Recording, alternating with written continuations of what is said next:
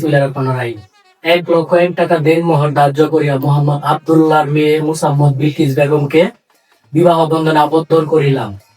রাজিটাকে বলো মা কবুল। বলো তোমার কবুল। আলহামদুলিল্লাহ কবুল। 1,00,000 টাকা দেনমোহর ধার্য করিয়া মোহাম্মদ পরম আলীর ছেলে মোহাম্মদ তৈয়ব মিয়া কে বিবাহ বন্ধনে আবদ্ধ করিলাম।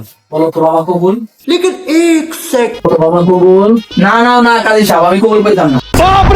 আমারে প্রেম করার সময় কাজী সাহেব 5 মিনিটের কথা কইয়া 5 ঘন্টা বয়াইছি। আমি অনেক কিছুতেই কবুল পেতাম না। আমি 5 ঘন্টা পরে কবুল পেতাম।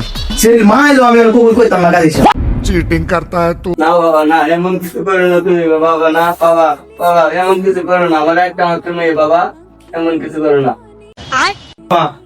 আমি কবুল করে না বাবা।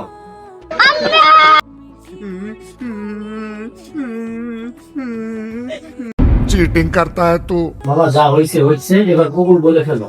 কাজী সাহেব, শুধু আপনার চোখের দিক তাকায়া কবুলটা বলে ফেললাম।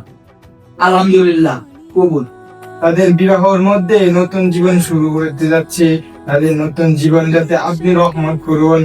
ইয়া রাব্বুল আলামিন, মৌলাকে আল্লাহ তাদেরকে সারা জীবন একসাথে থাকার তৌফিক দান করুন। আমিন। ইয়া রাব্বুল আলামিন, মৌলাকে আল্লাহ তাদের জীবনে যাতে ঝগড়াঝাটি না হয় আপনি তাদেরকে তৌফিক দান করুন। আমিন। ইয়া রাব্বুল আলামিন, মৌলাকে আল্লাহ আপনার শেষ কথা হচ্ছে سبحان ربك رب العزة عما يصفون وسلام على المرسلين والحمد لله رب العالمين.